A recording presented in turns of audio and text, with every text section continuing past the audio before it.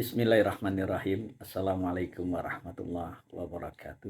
Alhamdulillah wa syukurillah ala nikmatillah. Asyhadu an la ilaha illallah wa asyhadu anna Muhammadan abduhu wa rasuluh. Allahumma sholli ala Muhammad wa ala ali Muhammad. Amma ba'du. Hadirin sekalian, bapak-bapak dan ibu-ibu yang saya hormati, tidak terasa dalam hitungan hari kita akan menyelesaikan seluruh rangkaian ibadah kita di bulan suci Ramadan ini.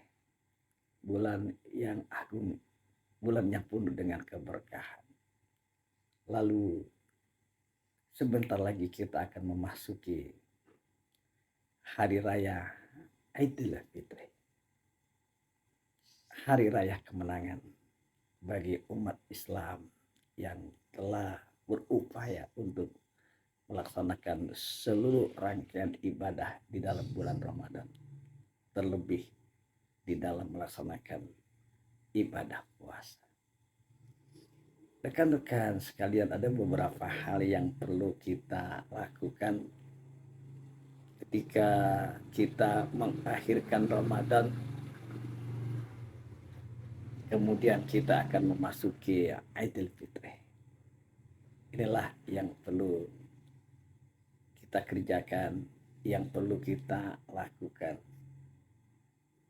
Yang pertama adalah ketika kita selesai melaksanakan puasa sebelum sebulan penuh.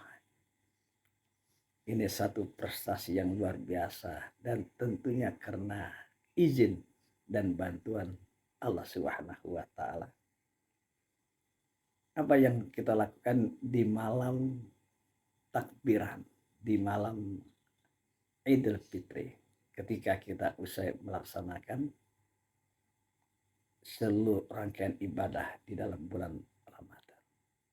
Yang pertama adalah kita memperbanyak bertakbir. Bertakbir, membesarkan asma Allah. Walitukmilul iddat walitukabbirullah. Dan sempurnakanlah bilangannya. Bilangan hari-hari Ramadan, dan bertakbirlah ya, di malam Idul Fitri. Jadi yang diperintahkan kepada kita adalah untuk kita membesarkan asma Allah, nama Allah, di rumah, di masjid, ya, atau di jalan ketika kita sedang berjalan. Ya. Tentunya tidak perlu kita bertakbir dengan mobil-mobil yang berpawai, tidak. Yang penting kita mengumandangkan asma Allah, membesarkan asma Allah dengan penuh kekhusyuan, dengan penuh rasa syukur atas nikmat yang Allah berikan. Itulah yang diajarkan kepada kita. Jadi kita tidak perlu mengobrol kebahagiaan yang tidak ada tuntunannya. Ya.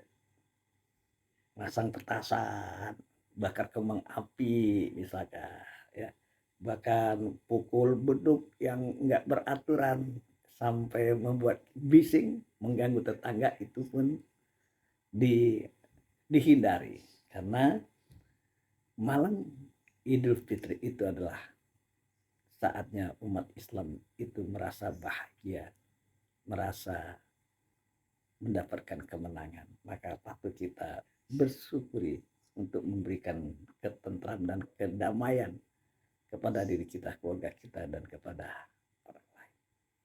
Itu yang pertama. Lalu yang kedua, esok harinya adalah kita bersiap-siap untuk melaksanakan sholat Idul Fitri. Ya. Sholat Idul Fitri. Ya, ini memang sunnah. Tapi satu momen yang luar biasa. kita berjalan bersama keluarga menuju ke lapangan-lapangan di tempat-tempat yang diadakan sholat Idul Fitri. Dan sebelumnya maka disunahkan untuk kita mandi terlebih dahulu, ya. Mandi pagi untuk melaksanakan sholat Idul Fitri. Akan tetapi bagi yang tidak mandi, dia berwudu juga boleh, gitu. Tapi disunahkan dia mandi, ya, biar seger, biar fresh gitu. Bahkan juga kepada ibu-ibu remaja putri yang dalam keadaan haid, ya, tidak melaksanakan sholat, maka dibolehkan juga datang ke tempat-tempat untuk lapangan untuk hadir di sana, tetapi tidak untuk sholat, ya. Hadir di tempat-tempat khusus, ya, dan ini merupakan kewajiban bagi panitia untuk menyiapkan ibu-ibu atau remaja putri yang dalam keadaan haid untuk bisa mengikuti, ya, ibadah Idul Fitri, paling tidak mendengarkan khutbah dan juga melihat suasana kegembiraan itu. Rekan-rekan sekalian, sebelumnya, ya, sebelum kita menuju ke masjid, ya, maka pada malam harinya kita bertakbir, lalu diikuti dengan kita membayar zakat fitrah, kewajiban kepada siapapun, kaya, miskin, tua, muda, orang tua, bayi sekalipun, yang kalau pada hari itu atau malam itu dalam keadaan hidup, maka diwajibkan bagi mereka untuk membayar zakat fitrah. Tentunya bagi bayi, bagi anak kecil, ini kewajiban daripada orang-orang tuanya. Ini jangan sampai lupa zakat fitrah.